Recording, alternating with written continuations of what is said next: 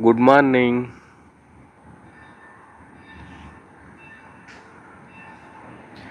இந்த நாள் ஆரம்பிச்சிருச்சு. இன்றைக்கி ஒரு ஆள் கம்மியாக இருக்குது. வேலை எப்படி போகும் என்னன்னு தெரியல. போனால் தான் தெரியும். கஷ்டமாக தான் இருக்கும் கண்டிப்பாக.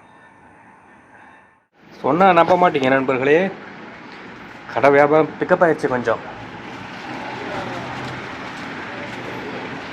என்னடா இப்போ தானடா சொல்லிக்கிட்டு இருந்தேன் கடையே இப்போ ஸ்டார்ட் ஆகிருக்கு போயிருக்கு அப்படிருக்குன்னு சொல்லி. இந்த இடம் வந்து நல்லா பிஸ்னஸாக ஓடுன இடம். வந்து வச்சு நிர்வாகம் பண்ண தெரியாமல் போட்டு உழப்பிக்கிட்டு இருந்திருக்காங்க. அப்போ தான் நம்ம வந்து ஜாயின் பண்ணது. பிக்கப் ஆயிடுச்சு நண்பர்களே. கடுமையாக போய்கிட்டு இருக்கு வேலையெல்லாம்.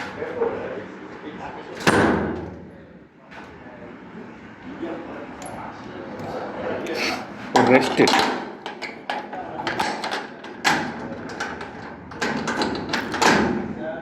இப்போ ஒரு ரெஸ்ட்டு. நாம் இப்போ போய் ரெஸ்ட் எடுக்க போகிறோம் நண்பர்களே.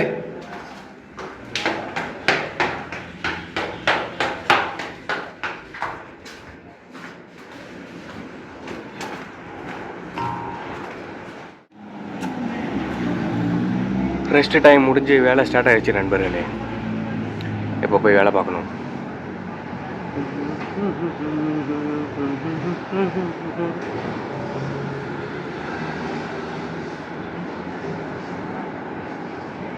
வாண்டுயர்ந்த சோலையிலே நீ நடந்த பாதை. டிஷர்ட் தான் ரொம்ப டைட்டாக இருக்குது. பரவாயில்ல, நல்லா தான் இருக்குது. இருக்கிறத போடுவோம்.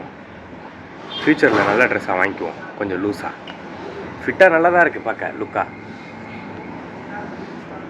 இப்போ வேலை ஸ்டார்ட் ஆகிடுச்சு. மணி 3.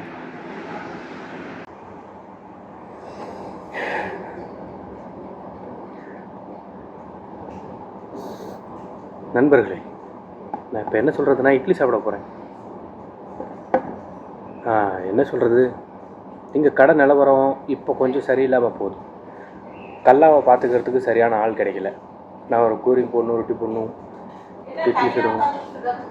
கடை 10 மணியோட நிப்பாட்டிடுவோம்.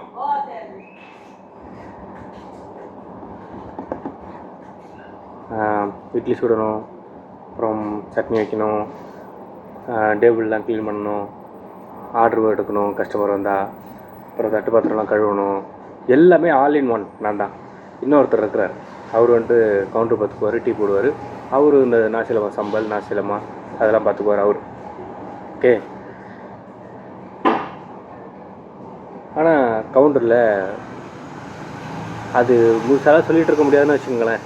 கவுண்டரை பார்த்துக்கிறதுக்கு சரியான ஆள் இல்லை. அந்த பெருசு ஒருத்தர் வந்து பார்த்துட்டு இருந்தாரா, அவருக்கும் அந்த இன்னொருத்தர் இருக்கிறாரில்ல அவருக்கும் சண்டையாகி அடிக்க போய் தான் நேற்று பிரச்சனையாகி அவர் வேலையை விட்டு வெளியாகிட்டார். இப்போது கவுண்டரை பார்த்துக்கிறதுல பிரச்சனை. காசு வந்து திருடு போகுது. என்கிட்ட ஓனர் புலம்புறார். சாட்சிகளோட கண்டுபிடிச்சிட்டார். ஆனால் நம்ம என்ன பண்ண முடியும்? நான் சொன்னேன், யாரையும் நம்பாதீங்க. தொழில் பண்ணியிருக்கிறீங்க, உங்களை நம்பி தான் நீங்கள் ஆரம்பிச்சிருக்கிறீங்க. வேலைக்கு தெரியலையா, நாங்கள் வேலை செய்கிறோம், அவ்வளோதான். கவுண்டர்லாம் பார்த்துக்கிறதுக்கு நீங்கள் இருந்து பார்த்துக்குங்க. நிர்வாகம்லாம் நீங்கள் பண்ணுங்கள். என்னென்ன ஜாமான் வாங்குறோன்னு சொல்லி நோட்டு போட்டு எழுதுறாரு. அதுலேயே ஆளுகளுக்கு எவ்வளோ சம்பளம் கொடுக்குறேன் என்ன எதுன்னு சேர்த்து எழுதுங்க. அது சம்பள பிரச்சனை. ஞாயிற்றுக்கிழமையோட இன்னொருத்தருக்கு எல்லாத்தையும் செட்டில் பண்ணியாச்சு. எனக்கு மட்டும் தான் பெண்டிங். ஆனால் அவங்க வந்துட்டு எனக்கு கொடுக்கல அப்படின்னு சொல்லி சொல்கிறாங்க. என்ன பண்ண முடியும்? எழுதி வச்சுருந்தா முடிஞ்சு போச்சா? அதான் சொல்லி சத்தம் போட்டேன். அதோட இருக்குது. நைட்டுக்கு வந்துட்டு இட்லியை நிப்பாட்டுங்க, இட்லியே ஓடிட்டுருக்கு, நைட்டு கோரிங் ஓட மாட்டேங்குன்னு சொல்லி சொன்னேன். ஆனால் இன்றைக்கிங்க சொன்னால் நம்ப மாட்டீங்க. என்னாலையுமே நம்ப முடியல. எங்கள் கடையில் சரியான ஆர்டர். வரவங்கள்ட்டலாம் நான் ஃபஸ்ட்டு கோரிங் இருக்குதுன்னு சொல்லுங்கள், அப்புறமா இட்லி சொல்லுங்கள். எப்போ பார்த்தாலும் யார் வந்தாலும் இட்லி இட்லின்னு முதல்ல சொல்லும்போது எல்லோரும் இட்லியை வாங்கிட்டு போயிடுறாங்க.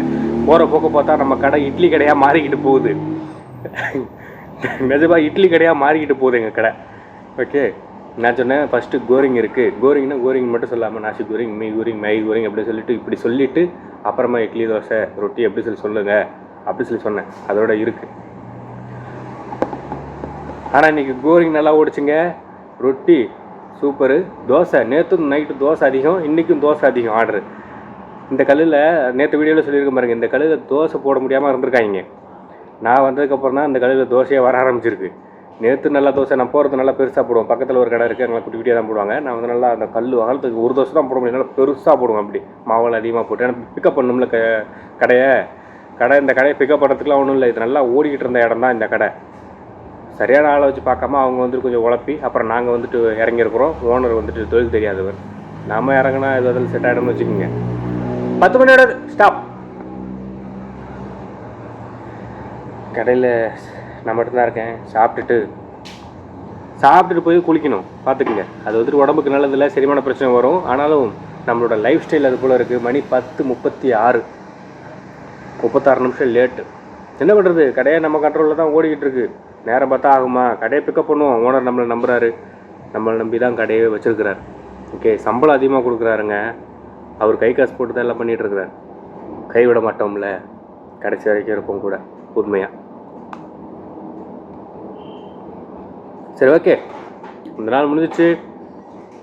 எல்லோரும் பார்த்து பத்திரமா இருங்க. என்னோடய வீடியோஸ் எப்படி இருக்குன்னு பார்த்து சப்போர்ட் பண்ணுங்கள், கமெண்ட் பண்ணுங்கள். நல்லா இல்லைனாலும் நல்லா இல்லைன்னு சொல்லுங்கள், அப்புறம் மாற்றிக்க முடியும். இவ்வளோ நேரம் இந்த வீடியோ நீங்கள் பார்த்துட்டு இருந்தீங்கன்னா ரொம்ப தேங்க்ஸ். ஓகே, பார்த்து பத்திரமா இருங்க. எந்த ஒரு குடிபோதை பிரச்சனையுமே இல்லாத வாழ்க்கை நான் வாழ்ந்துக்கிட்டு இருக்கிறேன். அதுக்கு இந்த யூடியூப் சேனல், என்னுடைய அதிதீவிர ரசிகர் பெருமக்கள் எல்லோரும் தான் காரணம். உங்கள் எல்லாருக்கும் ரொம்ப நன்றி. என்ன மாதிரி இருக்குன்னு நினைங்க. எக்காரணத்தை கொண்டும் எந்த ஒரு போதை பழக்கங்களுக்கும் அடிமையாடாதீங்க. மீளணும் அப்படின்னா ரொம்ப கஷ்டப்படுவீங்க. பார்த்து பத்திரமா இருங்க. மீண்டும் சந்திப்போம் நாளைக்கு வீடியோவில். இட்லி சாப்பிட்றீங்களா? பாருங்கள், கேட்க மறந்துட்டேன். சாப்பிட்றீங்களா? வாங்க சாப்பிடலாம். எல்லோரும் பார்த்து பத்திரமா இருங்க. தொடர்ந்து பாருங்கள், அப்போ தான் என்னோடய வீடியோஸ்லாம் உங்களுக்கு புரியும். பார்த்து பத்திரமா இருங்க.